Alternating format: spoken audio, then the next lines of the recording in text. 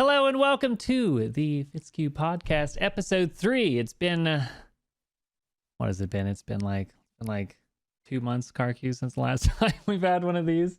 Yeah, it's been way too long. I think it's been since mid-October. It's the last time we did it. I know we said at Blizzcon maybe we'd get around and get something done, but we've both been a little busy. Granted, you know, we've had our own adventures and our own ventures and projects and all the things we've been doing. It's true. But, how are you, Fitzy? I'm doing good. You know, I'm ready to get back on this. It's 2020. It's the first Tuesday. It's the first Tuesday, right in the new year. Yep. So hey, we haven't missed a Tuesday in 2020. This is our year. If we missed this week, it would have been, darn it, we'll get it next year, 2021.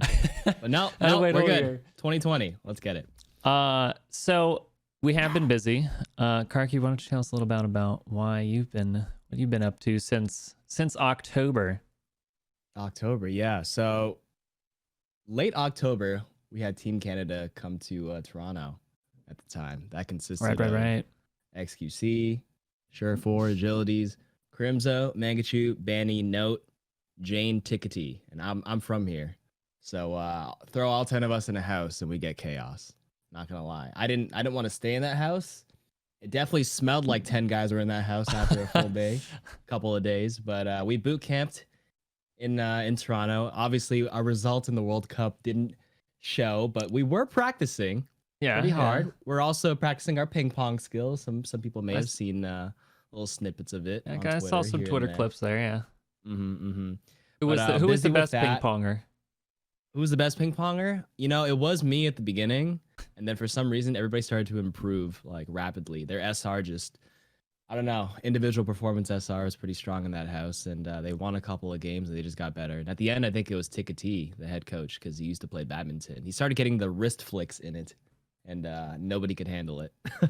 Yeah, I can't say I'm not very good at ping pong. I can kind of hold my own, you know, like I'm not completely unable, but have you played racket sports before though, like tennis? Not really. I mean, I've played a little bit of badminton, but just not. Did you play any sports in high school? I did swimming, marching band. You know, marching band. Yeah. Is that considered a sport? I'm genuinely curious. It wasn't then, because like I know I had to take like summer gym to get the credit for gym class or whatever. But I think after I left, they ended up like getting credit for marching band people, because like it's like walking around the field all over. Yeah, it's strenuous. So, yeah, I've seen that movie, The Drumline. Yeah. Okay. Yeah. But yeah, there's a fair amount of physical activity there, but nothing. Yeah, not comparative to ping pong. But no, didn't translate. Nah. So we should 1v1 ping pong next time. All right. Well, we had that 1v1 basketball. I have that video somewhere where I got stomped. I have the footage of that somewhere. Oh, you did? Okay. I do have the footage of I got dumped on. Not real basketball, for those who are listening. It was one of those like little tiny balls that you know those little baskets you hang at the top of your door.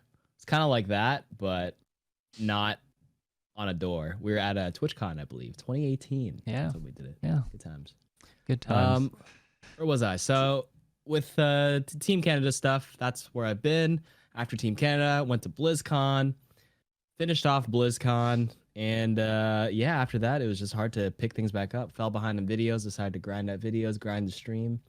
And that was what I was up to the past 2 months. Where have you been, Fitzy? What have you been up to? Well, did go to BlizzCon, as I saw you there. Stuff. We could have maybe done a podcast. It's fine. We didn't end up. It would have been too much. We were both very busy with you with the World Cup, and then I was first time doing a cosplay. So that was Sombra cosplay was interesting.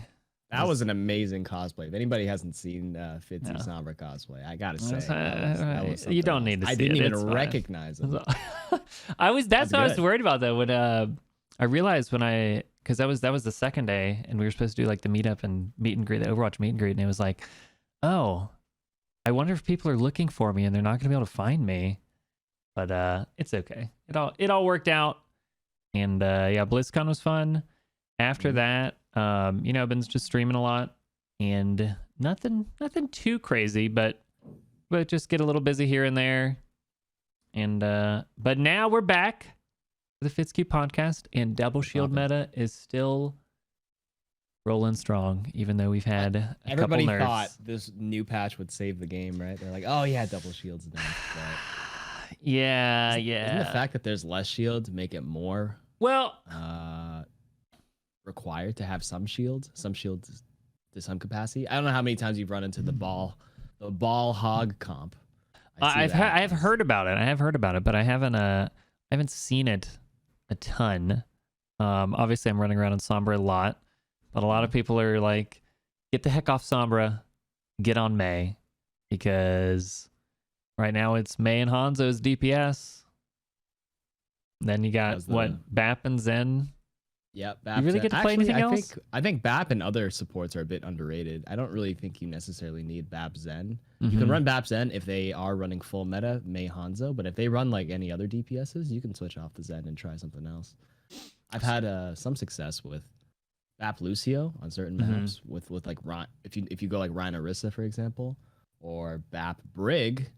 If teams are running some sort of weird dive heroes or tracers or Doomfist, like it's solo queue, people are going to not always run into full meta. And I think people experimenting with BAP and other supports is something that you guys should look into. BAP for sure, always core on everything. But the second support's a little bit more flexible. What do you think? Now, do you think it's because of the buff that happened? Because, we saw it was Lucio Moira before that.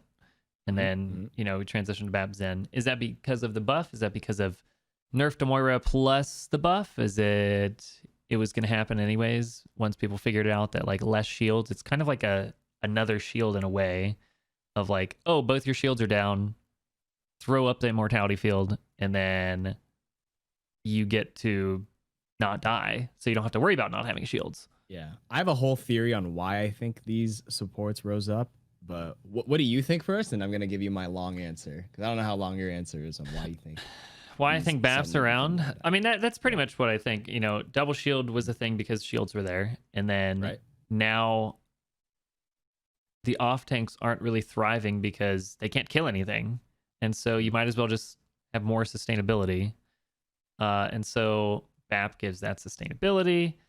You can throw a mortality field. It's very strong. It's very difficult to play around because there's all the corner peeking, all the holding of the corners, making sure that the lamp can't die. And then the reason why Hanzo and Maze are there is because Mei is like another shield or another wall that you can be like, oh, you extended too far, gotcha. You can also wall off the lamp. You can wall off Bongo. And then Hanzo's like, haha, one shot ya, and has extremely good shield break. I don't know about extremely good, but pretty good comparative to other DPS. Doesn't have to reload, so when the shield does drop, you actually get the shot in to potentially one shot. And that's just kind of why they're all there, and why everything else isn't good is because they're I don't want to say well-rounded. They're too well-rounded almost, a lot of the heroes. Mainly being like Sigma and BAP and Hanzo, in my opinion. But that's my overall thought of the meta. Of the current time. Well, here's my take on... I agree with all those points. You pretty much just like hit the nail on the coffin. Is that what they say? Hit the nail on the coffin? Nail on the head. Nail on the head. Hit the nail on the head. Where's the coffin thing? Nail in the coffin is like, that was the nail in the coffin. Like, there's the straw that breaks the camel back, and then that was the nail in the coffin. So like, that was the final piece that killed it. I don't even know when to use the straw on the camel back. I don't think I've heard of it, but I've never used it in my everyday language. I actually don't even know what that means. Wait, what is just straw like, okay, you can the straw that broke the camel's back is essentially you're putting weight on this thing, right? Constantly adding more and more and more and more and more, and finally the last piece of straw that broke the camel's back because it was too heavy. So how does straw break a camel's back? Because it's so much weight. Like it could hold all of that. Oh, I thought you meant like a single straw, but you mean like... I mean, it is like there's all this weight. There's all this weight on the camel's back, right? Let's say you've got like a person and they're carrying buckets of water or something, and they've got all kinds of weight. and then it can handle that. And you put one little last straw on there, and it breaks the camel's back. It can't hold anymore. Come on, KarQ, you got this. I'm trying to picture it in my head. Imagine you could. Okay, you're in the gym. You can lift like 100 pounds, but you can't lift 101 ounce. Okay, that last straw, like 100 pounds and like 1 ounce. Oh, okay. It's like the thing that tips it over. Yes. Yes. Oh, okay. I get it. I was thinking of it too literally for some reason. Anyways. So the reason why I think Bap and Zen became the meta was because one, Moira nerfs. Moira nerf did two things with the healing. One, reduces the overall healing. Two, as a result, what's it called? Coalescence builds a lot slower as a result of less healing. True. From the raw output, right? And this meta, the meta for the last year has kind of sped up to the point where, especially since GOATs, you have to farm a support ultimate immediately. When it was GOAT, it was like get a nano boost as soon as you can, fire it on your Reinhardt, swing away. Or if you run the Moira, get the Coalescence, fire it, go, go, go. And now with the Moira nerfs, Baptiste builds his ultimate so damn fast. So they're like, oh, you know what? Baptiste buffs as well, made him shoot faster, build his ultimate super fast around the corner, get that window. Well, plus there's go, go, go. Plus right? there's the lamp that lets you build it. Exactly. The lamp Not around the very corner. Scared. Let your team feed. It's 8 seconds, right? You just let them feed, and you just shoot the ground a few times. It's not really hard to miss. Shoot the ground for about 8 seconds, and boom. It's very low risk. Exactly. And with the fact that Shields also got a nerf in this recent patch, it allowed Zen to actually get a Discord up, because past patch, Shields are almost 100% uptime, right? There's so much to go through that when one went down, the next goes up. In this patch, granted, yes, shields do break a little bit more, but then you just cycle it with Fortify from Orisa, the gold, or Sigma uses his kinetic grasp. So it's not shields per se, but you still aren't really doing much to those heroes. But anyways, at least you're allowed to Discord now, and as a result of that, and you can also play more Zen because Doomfist kind of fell out a little bit more, because the reason why Doomfist fell out is because kinetic grasp allows Sigma to survive after Doomfist does a combo and he tries to do a lot of damage with his primary. Sigma just sucks. He survives. Orisa has Fortify a lot more frequently now. There's a lot more of the uptime, so Doomfist kind of got dropped a bit, right? And it's all about Mei and Hanzo. And like you said, Mei's wall is an extra shield, can split people off. She is she's survivable. She can multi-freeze. Great ultimate. Hanzo with the shield break. Yeah, this meta's been, So if you had to nerf one hero to fix the meta, or to change, I don't know about fix, because people don't really need to fix anything, right? This could exist. People could play it. It's just not, it's very limited hero pool. So if you had to balance one hero, nerf or buff or whatever, what would you do? Who would it be? Right now, I think it's Baptiste. Yeah, personally, just with I think if you just touch one though, it will still exist. If you nerf Bap, people would actually just start playing Moira again, because she's not as great as she used to be, but she'd be the next best thing if you really wanted to run that style. I've seen some Moiras in rank. They're creeping back up slowly, because people are like, okay, not terrible. Zen doesn't have to exist all the time. Yeah. So if you try to nerf Zen, he doesn't have to exist. You can still run double shield. I mean, maybe the next nerf will probably be Orisa. Yeah, I feel like I don't know, but it's been we got the last PTR what was it, beginning of, was it middle of November? Was it beginning of November? It went live beginning of December, because it took a month on the PTR. Yeah. So, Overwatch League season starts what? Third week of February? Second week of February? First week of February. So we're not getting month from now. We're not getting a patch. We're essentially. Not. Nope. Which was, they're playing on this patch. Yeah, and that's kind of one full stage. So how long is an Overwatch League stage? 6 weeks? 8 weeks? Something like that. Yeah. I think it's something like, is it 8 weeks? Gosh, yeah, I feel like they go on for so fast. They'll probably roll out a PTR patch halfway through the first stage. Right. So we'll probably get a PTR patch maybe early in stage 1, so it's ready for stage 2. But Right. some people are also speculating it might be sometime in January, right? So, well, it is Tuesday. Sometimes they drop it on Tuesday. Sometimes they drop it on Wednesday. Maybe we'll get it tomorrow, or at least like a, hey, there was yesterday. We did see I don't know if you saw that Reddit post. Oh, I did.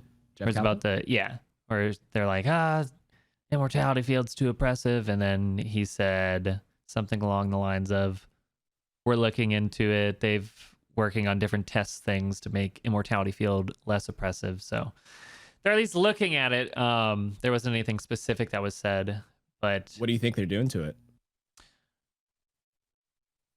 Honestly, I have no idea, because they could nerf it in like 3 different ways, right? Right now they what could would be your 3 ways. Well, okay. So there's things that let's just lay out what they could do. You know, they could decrease the duration, they could decrease the AoE, they could increase the cooldown, they could what's the other one? Decrease the HP of it. So, or it could be a combination of those, of just like less HP, smaller AoE. They can't really. I don't know how to get around, like, you can't use it around corners, because obviously that's like the main use that it's being used for, and it's not being used as like a skill to that capacity. I think that's what makes it kind of unique. So I think that's what they're keeping, but they might nerf other aspects to it for sure. And I'm not saying that they should. I'm saying that that's what it's being used for, and it's kind of like I don't think you can really get rid of that, because there's stuff that you play that you're around the corner. That's what using line of sight is for, you know, like the healers are standing there, they're supporting their team, making sure they're not dying to Widow. Using line of sight is always going to be good. Or like a skill, like you said. And so I don't know which one they're going to take. I feel like lowering duration, what is it right now? 8 seconds uptime. Yeah. And by the time it's over, it's only on a 12-second cooldown. I think it's 20 seconds overall. But, right. So I think that honestly they might nerf duration as well as cooldown. Yeah. So like something like 5 seconds with like a 30 or 20 second cooldown after it's killed or something.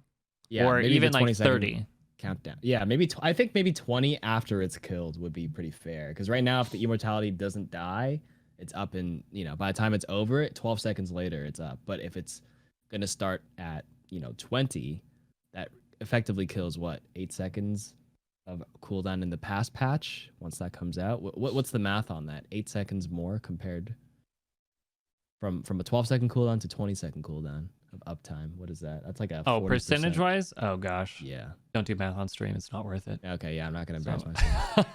400%. It's an increase of cooldown. Yeah. Yeah. So maybe something like that. And then probably lowering it to 100 HP would be the next one, like you said. Why is it even it was 250 on release. 250 is actually ridiculous. How much is Junkrat's tire? 100? Junkrat's tire is 100. Sim turrets are 30. I don't know. Junkrat trap. Is Junkrat trap like 100? I think as well. It might be 100, yeah. It definitely doesn't feel like it dies in one hit when I play Ana. I have to shoot it twice. Man, so. When I'm trying to shoot those symmetric turrets on the wall again as Somber, like forever away, and it's just sitting there. I got my crosshair right on it. I use like an entire clip trying to kill one turret. Yeah. But the immortality field can actually be hacked, which nobody really knows or tries to use. Which kind of sucks, because like you hack it and you like, I went to try to figure out a way to be like, you hack it and they think they're safe because the ring still stays there and they die. But that takes a little coordination from your team. And I haven't really put too much effort into trying to coordinate something like that. But the other interesting thing is that like it lingers for like 0.5 seconds after you kill it. So even if they had to make it so it's like, okay, it's dead, you can die. But maybe they added the linger so like, if Diva Bomb happens, it doesn't kill you. Or I'm sure they could lower the linger effect from 0.5 seconds to 0.1 or something to make sure something like that can work. Could also like give it a delay on startup maybe, because I feel like if I'm ever in trouble in a 1v1, I play a lot of Baptiste If you guys didn't know, for those who listen, and I've always feel like if I'm ever in trouble, I just look at the ground, throw it down, and I'm safe almost immediately. There's no punishment. That's why I go up and challenge 1v1s. I'll just shoot once or twice, put the immortality field down, and then these guys are like, ah, shoot, now they got to waste their time shooting, doing 200 damage to my lamp before they can even shoot me again. So most of them just retreat. It allows me to retake position right very easily. So, but if you add a cooldown to that, like if they increase the cooldown, you have less likely to want to do those things, because then forcing that cooldown is like, okay, they don't have lamp for that long, and like they can come back after, let's say it has a 5-second uptime instead of 8. They can leave for 5 seconds, come right back, and you're like, all right, you don't have your lamp for 20 seconds. What are you gonna do now? Yeah. So it actually gives it more counterplay, because you can't use it in such liberal situations or easy situations without being punished for that cooldown. I don't think the startup time is good for that ability, simply because, like, let's say your Zenyatta gets stuck with a pulse bomb, and you're like, oh, let me press E, then like they die because. Yeah, that's probably the weakest nerf, or the weakest argument for a nerf out of all the ones you listed. Definitely the HP nerf, cooldown, or maybe just give other people the ability to do more damage to it. Like people are suggesting Winston should do more because of his Tesla cannon. And now we're getting into. I mean, okay, if we're talking about just specific for that, I think there was was it just that, or was it all technology, right? Torb turret, buffing Winston to be all something. Technology. He'll do more against the whatchamacallit, Torb turret, Sim turret. That'd be a nice buff to Winston. I wouldn't be opposed to that personally. Don't know. Hey, he's got the strongest shield, so that's true. It's underrated. 900 HP bubble, right?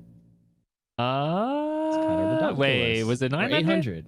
I thought it was 700. Because Arista's is 600. 700. I don't know. I lost track. I don't know. All I know is it's the best out of all. Well, no, not out of all of them, because Ryan would be right. Yeah. But 700 or 900. Wait, I don't remember.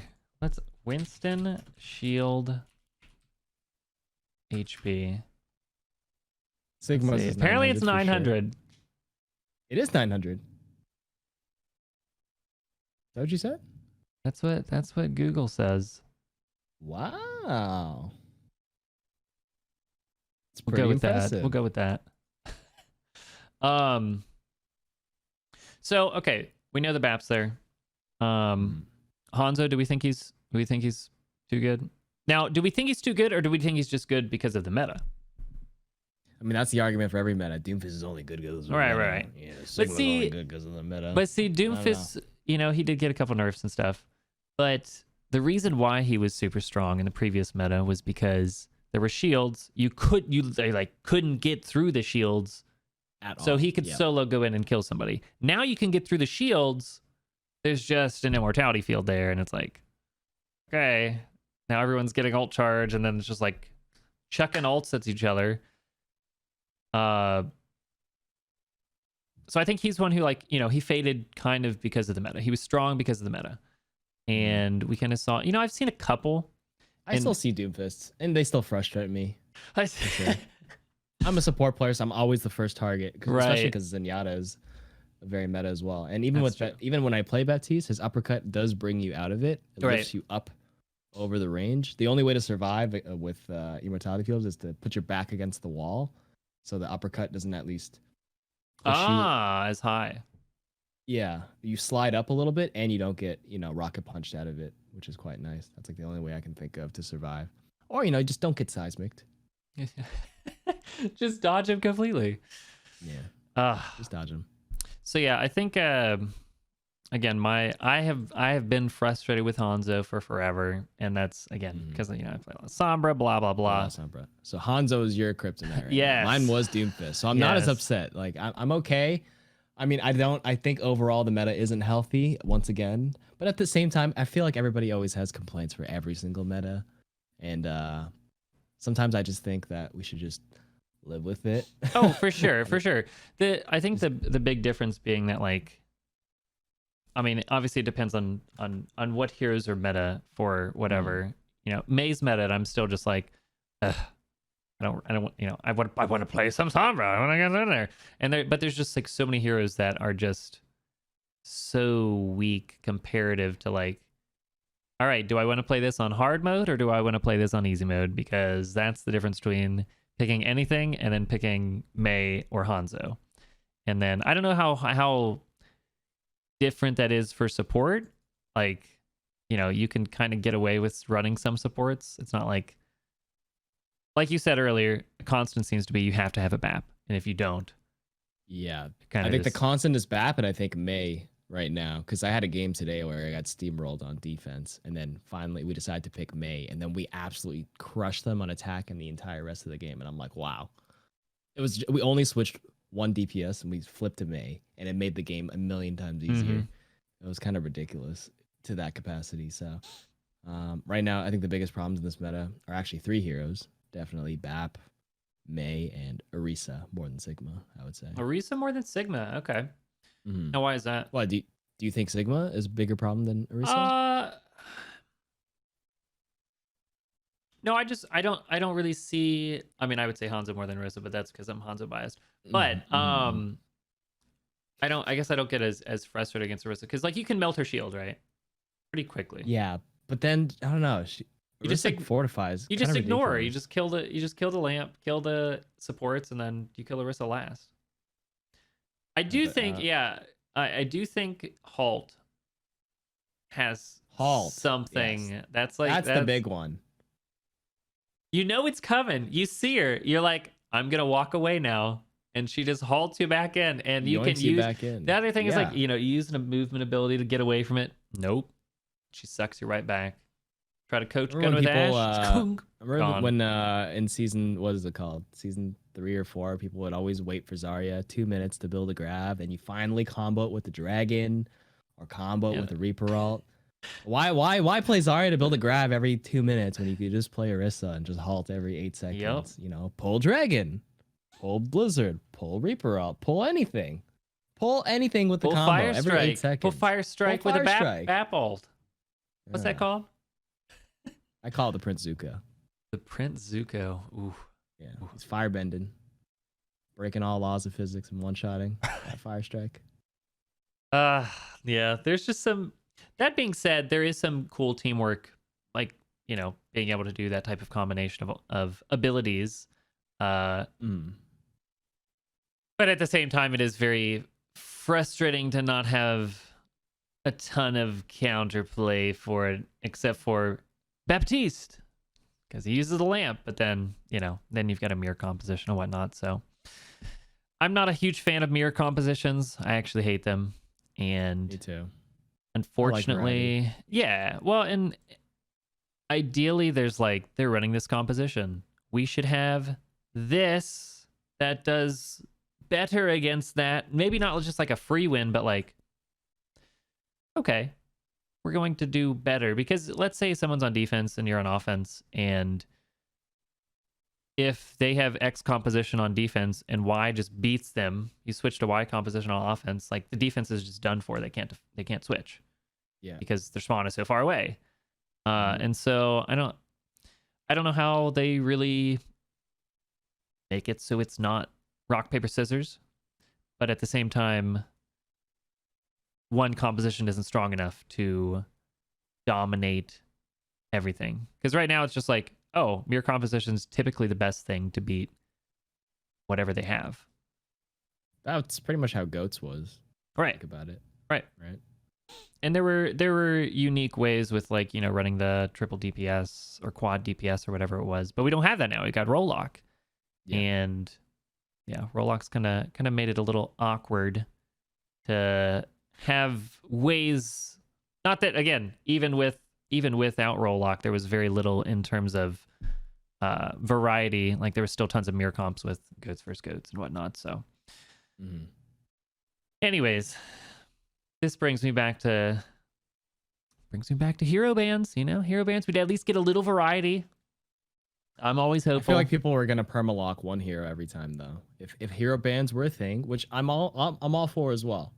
I really do think it would spice it up a little bit, but I would say in majority cases, people will probably ban the same thing Because I know you play Dota, Fitzy, but I used to play League, and no matter what meta it's in, people will just like hard ban a single hero, no matter what. Like I don't know, maybe we won't run into that problem in Overwatch because there's a lot less heroes, but I remember in League, like no matter what meta it was, people would ban Zed and Yasuo, no matter what. And this is like 5 years ago when I used to play, and I heard it's the same thing 5 years later. No matter how many buffs or nerfs there are to the heroes. Are they just that strong that they're? I don't know. They're just popular. And they're fun.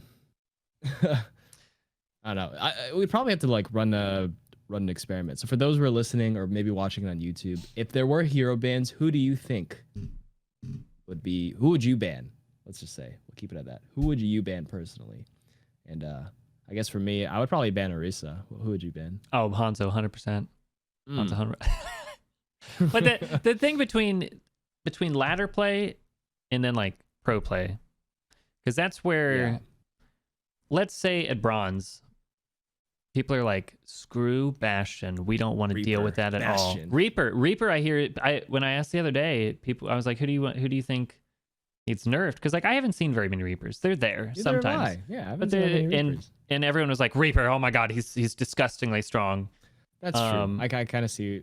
Yeah, at specific ranks, definitely certain heroes we'd be banned differently. But how do you choose who to ban? Is it just a random person? Well, I mean that would be done. However, it's my whole thing is you can get it to work in different ways, but what is it good for the game? Would it be good for the game? Because yes. if we're looking at like how the game has evolved in the past and the previous metas we've seen, going back to, and I think we've discussed this. I don't remember. I've talked about this so many times, but we had the Moth meta, we had Dive meta, we had season 10, which was like the Grav Hanzo meta. Then we had Double Sniper. Then we had Goats. All of these have Bunker. All of these have like, obviously now we've got whatever the heck's going on now. All of these have a very few heroes that are like super dominant and a must pick. And if you don't see, like if every other game, or maybe it is every game that they're banned, it would at least like mix up what is being played. Because maybe one game Bap gets banned and then the next game Orisa gets banned. So, or both, or if there's one ban for team, you would get a little bit of variety, just like a little bit. You don't have to have just like, you don't have to have a ton of variety. You just need like enough to be like, oh, why don't we have a Bap? Why don't we have an Orisa? Why don't we have a Hanzo? That you could like get away from that and kind of explore the rest of the game and see what would happen.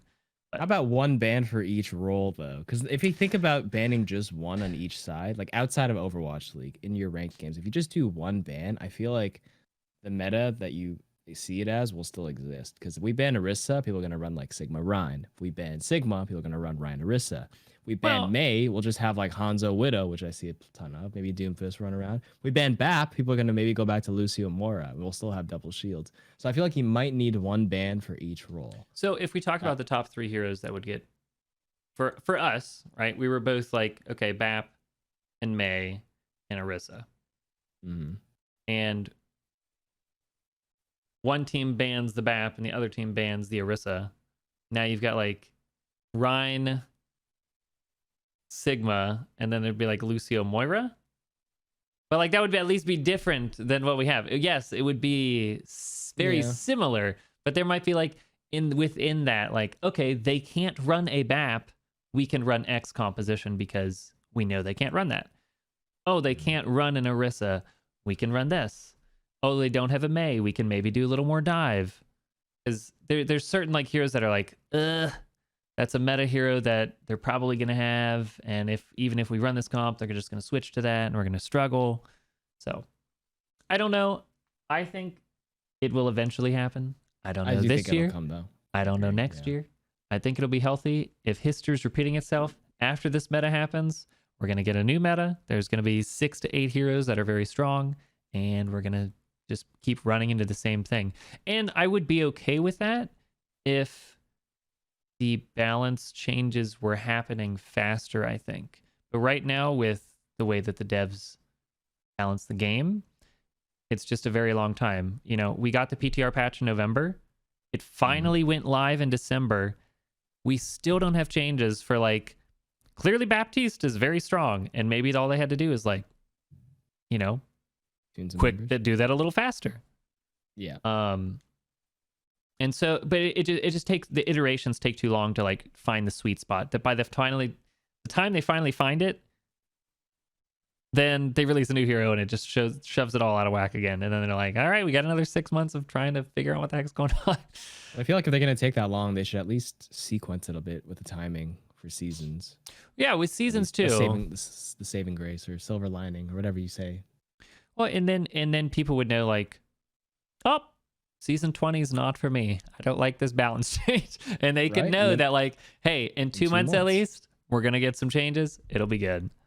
Yeah. It'll be good. If only it were like scheduled. But I also understand that people don't want to, or developers, your game developers don't want to give false promises or have expectations on dates because anything can come up. So if something happens even 2 times out of 3 years, like it ruins reputation and reliability. So I understand that, which is why they don't give specific dates for patches or anything like that. And I see a lot of times about the, you know, the fact that it was console and they can't do patches because of console, and you know, PC we could iterate faster, and you know, maybe they do the season changes on console and then PC gets it a little bit sooner or something, because like PC already gets the PTR, because the whole thing is like, oh, we want to have them the same, blah, blah, blah, blah, blah. But like if console's what's holding back the fact that we're not getting faster iterations, I think that's kind of a problem for the game, because with Overwatch, I'm just kidding.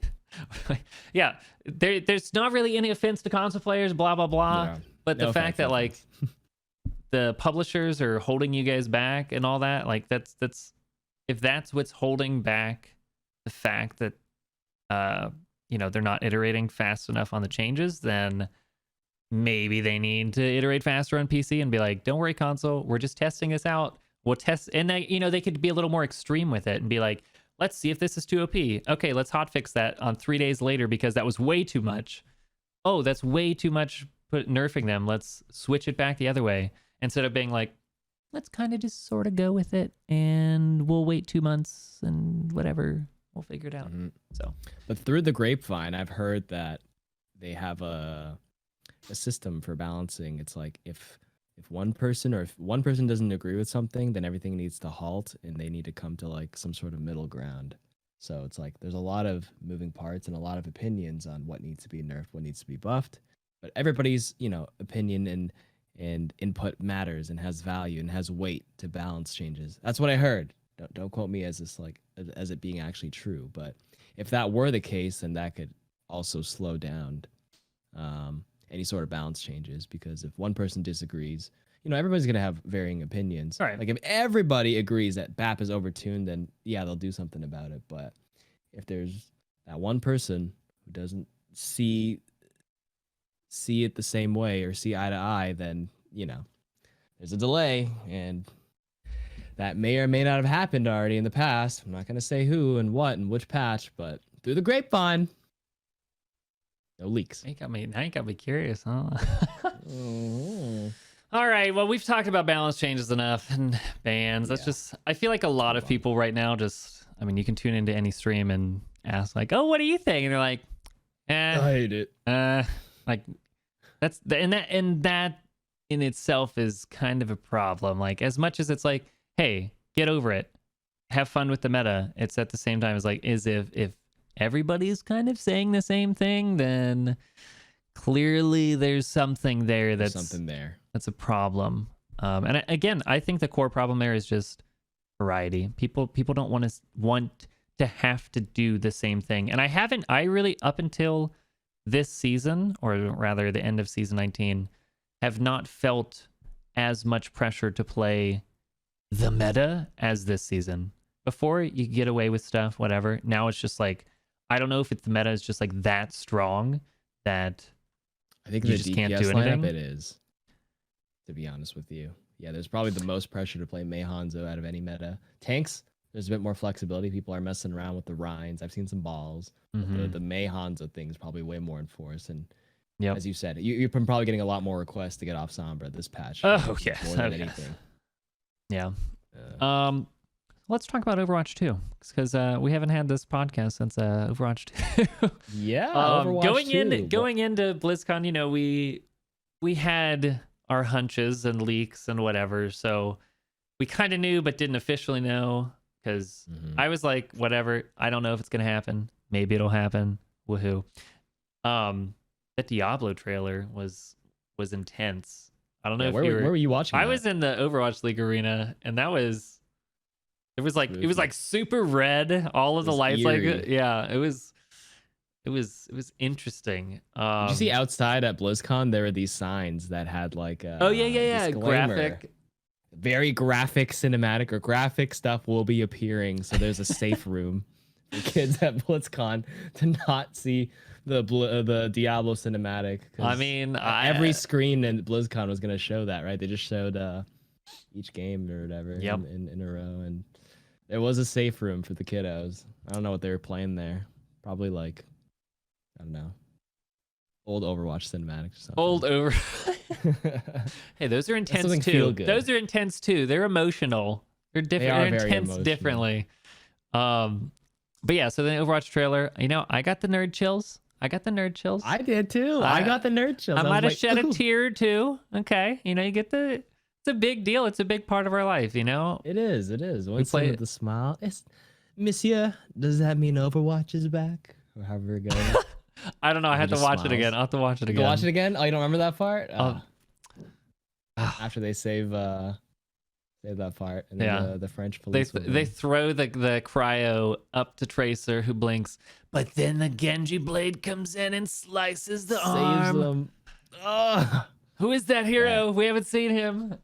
Yeah, I haven't seen him in years. Goodness. Ryu J. Who? But anyways, Overwatch 2. So I actually didn't get a chance to play it. So you're going to have to... No, wait, you didn't get it at all? Zero. Wow. I was going to, but I didn't want to line up. I didn't have a stream thing scheduled because I wasn't sure how the World Cup was going to go. And then, I kind of just went with the flow. Was just hanging out with whoever was there.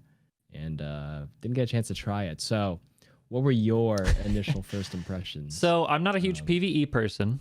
So let me just get that out of the way first of all. That's an unbiased. So for those who are not PvE persons, I'm not either. So I want to hear it from somebody who was not really into that. Right. I mean, like, there's a reason why I play Overwatch. I like multiplayer. I like playing against other humans that can push me, and not like multiplayer. Yeah. Well, and not like, you know, abusing the AI's mechanics, because there's it feels like in any game you can like, if I stand in this specific spot, that thing won't spawn and blah, blah, and you like manipulate the AI and you figure it out. But anyways, I didn't play much campaign for like Halo or anything like that. I was always multiplayer. So that being said, I am really excited for because there's supposedly going to be like group missions, like story missions, and then like single hero missions. So like, I'm super hyped for the heroes that I play. I'm super hyped for the single missions. I'm definitely going to play through everything. You know, how much replayability will I have with it? I don't know. I don't know that it will have enough depth for me. I know maybe if there's like a leaderboard or something, that'll have that like competing against other people type of factor, that they can make cool stuff with that. The other thing I am curious about, well, okay, so anyways, there's the PvE version of that, and then there's the new multiplayer mode though. I think it was called Push or something. Push. So essentially it's kind of like tug of war, but there's like a Bob like robot type of thing that pushes it one way, and you control it and push it the other way. I think there's some interesting strategies that can come out of that will play different than, because Koth is a little, obviously 2CP is different from Koth, is different from Payload, and just like the pacing of the game, you know, Koth, there's a lot of just kind of raw fights happening. Raw fights, right. 2CP is more like, let's build up our ults, let's go in, let's get this one clean fight, and we'll try to win. Because their spawn's right there, you know, spawn advantage. Yep. So I think it's going to be playing closest similar to Koth. But with having a little varying strategies based on holding different positions. Like it might be like, let's push it to here, and okay, let's back up and take position before they get back. It'll be depending on how they make the maps. Essentially, it's kind of like a zigzag, or like a, it goes up and back in a map, and in between that you can walk through. So I don't know if I explained that well enough. I think it'll play closer to payload, because like, you know how depending on where the payload is and the angles that you take depend on where it's closest to. So I feel like when push, like if it's at this area, then these will be the angles you hold. But if it's back here, then you have to hold this angle, compared to Koth, where it's pretty much the point for most maps, or like that main choke. Yeah, I guess that's true. Did you get a chance to try push? Yes, I did play it. Oh, okay. But you're looking at like the UI and looking at all the Overwatch 2 stuff and trying to figure out all that. Because there was it's kind of looked like more of early beta Overwatch-esque type of visuals. Just having the main shell of it. Obviously, it's not going to be what the end of Overwatch 2 is. But there was also a new announcer who I can't remember who he decided it was. It's not Athena, or Athena. Apparently, I say Athena wrong. Custom announcer packs. Yeah, I want to announce that. Yeah, let's get. You can if we can upload our own little Fitzy announcer pack. That's a good idea. The objective. Objective lost. Hey, I'm gonna send that idea in. And we'll get it. You heard it here first.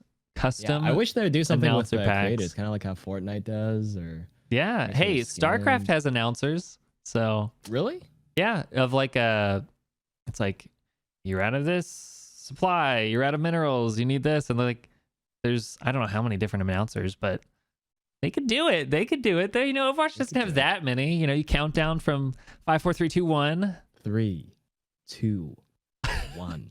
I'm gonna hit him up and be like, hey, I'll do a pack. Hey, it would be fun. It would be fun, and I'm sure everyone would want to listen to us all the time, right? That's why they're listening. They're listening to us right now. They'd love to listen to us in game. Ooh, we just wouldn't want to announce 2CP, because then they're gonna get tired of our voice. Of what? What do you mean? If we're announcing in 2CP games, I'll exclusively not have announcer pack for that map. Bang bang. Now arriving at Hanamura. Oh, that was nice. That was right in my ear. Could be fun. But yeah, we'll get that rolling. But yeah, so new announcer, but it's not Athena. Athena. I say it wrong every time. But yeah, the mode, it's a new mode. I don't know that it's going to be drastically different from the other modes, but even right now we still have the same heroes played on every mode for the most part. So if they can't get away from that, there's not really a point in adding another mode. So yeah, they gotta kind of figure out the balance before we do that. Mm-hmm. But like overall thoughts on Overwatch 2 for your first playthrough. I know you said you're not a PvE not a guy. PvE person. Am I gonna play it? Absolutely. I think what can come out of that, and it was very difficult. The like expert mode, like it was definitely not easy. It's a challenge. That's yeah, good. yeah, and what was the one that was super challenging? I think it was the Archives event. The second time, not the first one. The Blackwatch one. Overwatch, in our current game of Overwatch, yes. the challenging one. Was it the Blackwatch one? Event. Moira's all like they have a boat and stuff, and like the the giant robot jumps down, and the ninjas come to assassinate you. Yeah, the McCree, Genji, Moira. That one was really Reaper. hard. Yeah. So it was like I feel like it was that type of difficulty. And there's some, there's unique abilities in there that you can pick up items and use them. And I think what I want to say about this is that it could lead to some really cool custom game stuff. Not to say that there's going to be Overwatch BR, not that I necessarily want an Overwatch BR, but whatever, next genre of cool game or whatever, or maybe they do make some sort of BR type of thing could happen if they give enough custom game abilities or whatever. I was hoping they would allow you to build your own character in Overwatch 2, kind of like Destiny. Maybe you pick a class and roll with it. just to give it some variety as well. That was my initial thoughts about it. I didn't think you'd be able to pick the original roster in the game. I really did think it would use the Overwatch engine and build your own hero in Overwatch. And customize the way it looks, change the face, hairstyle, throw some tattoos. So what happens when you're playing against something and you're like, what the heck is that? Who is that? You know, you think, oh, it looks like Hanzo, but bam, he just dashed at you and then hit you with a shield whip. Get fooled. Yeah. Maybe some sort of a uniform or outfit. Yeah, I don't know. I'm just throwing ideas out there, but I'm with you on that. I really do think PvP is something that resonates with me as well. Multiplayer, playing against people, not just cheesing bosses. I did play a recent single player game though, Sekiro. Did beat it. I haven't played that yet, but you know, I played Pokemon. It was actually pretty fun. The mechanics are good, graphics are good, story's good.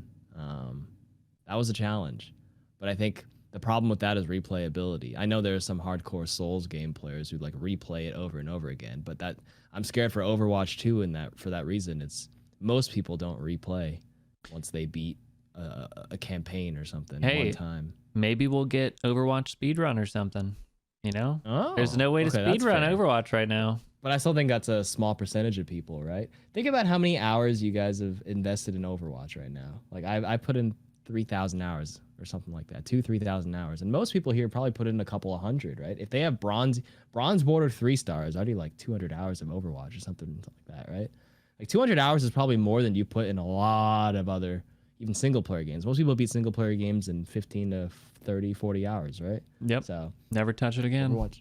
Yeah. So Overwatch 2, unless you want to complete it with all characters, the campaign, I don't know. People might just beat it once and just not come back. So they really need a replay. They need replayability, and I think that's where multiplayer is going to shine. But they have to elevate Overwatch 2's multiplayer. But the engine felt the same though, right? When you tried it, Fitzy? Yeah, for the most part, like it wasn't like a crazy difference. But you know, you're also playing on their PCs. You know, they're just not set up hertz? to how. I don't think it was 60. I can't remember, to be completely honest.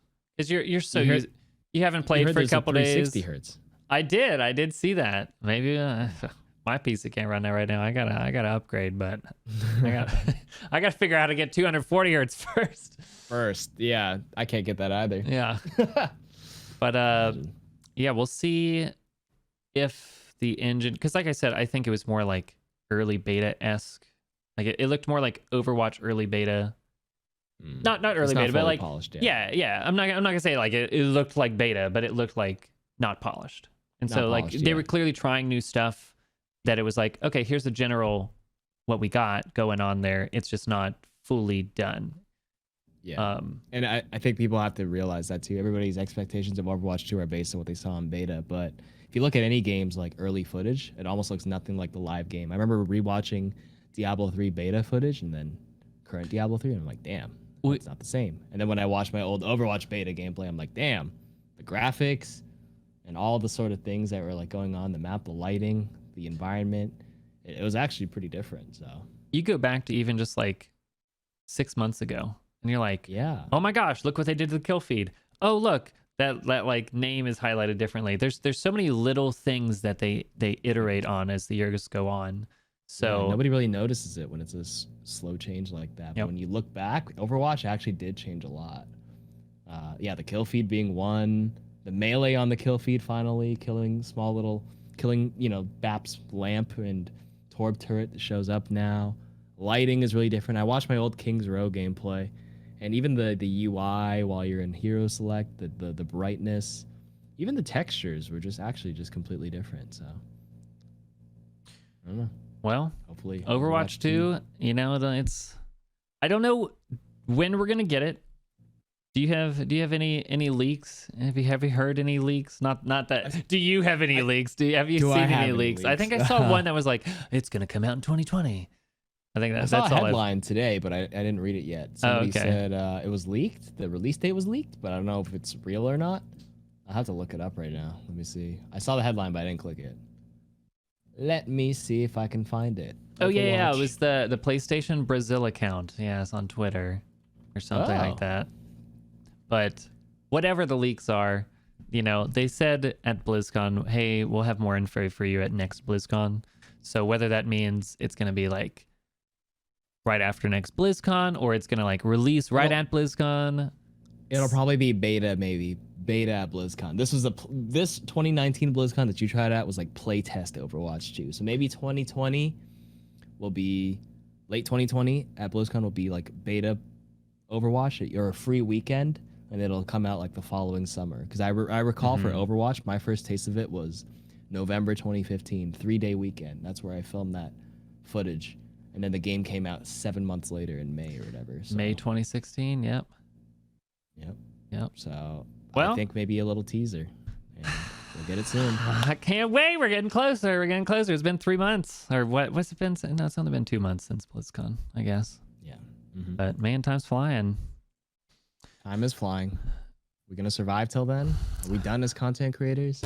Oh, Keep streaming. We got the FitzQ podcast to talk about. Hell yeah!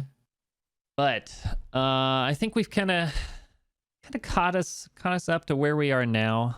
So we're both gonna hoping the meta gets a little evolved. But I think we should maybe wrap this one up, and we'll be back next week sometime. Definitely not have another 2 month hiatus. Nope. We'll keep on it. We'll Planning on these being a little bit more casual than the first couple. We're still experimenting a little bit with how the show is going to be done. So maybe a little bit not as many guests on, or not as strict on who we strict, because we did realize with the previous ones they're a bit too interviewee styled instead of just relaxing and having a conversation and not just strict question answer and that's it. Like we're a bit more free here to kind of just jab at each other, lightly poke and keep the conversation alive, insert our inputs wherever we feel we want to. And keep it light, keep it hearty, keep it funny and enjoyable. If you guys have any feedback for us, of course, we're open to feedback. So we've got the Discord. Feel free to join it, and we'll put those links somewhere. I don't know. We'll find them. Link in the description below or something like that. And then we're supposed to say. If it's on YouTube, yeah. But I think whatever podcast platform, it should be able to put the details out. But we've got the Discord in there. So if you ever have something to reach out about, you liked something in this show or that show, or thought something drug on for too long, or maybe KarQ was too quiet because I had the audio balance wrong or something, just feel free to let us know, and we'll get back to it. But we're new in the podcast world, and I think we are missing some platforms. We're currently on Spotify, Google Podcasts. There is an RSS feed apparently. We use Anchor to distribute our podcasts, and that puts it on a bunch of other platforms, and RSS feed being one of them. But I didn't even know what RSS meant. I thought it meant like RuneScape, like RuneScape. Or skip. Perfect. So we're a complete noobs. But we'll figure it out. Yep. But thanks you guys for listening. Thanks for watching, and we'll see you back here in next week sometime. And don't know what we'll be talking about then. Hopefully we'll have a PTR patch by then, and we can talk about that. Probably not. But until then, you guys have a good one, and we'll check ya later. Later.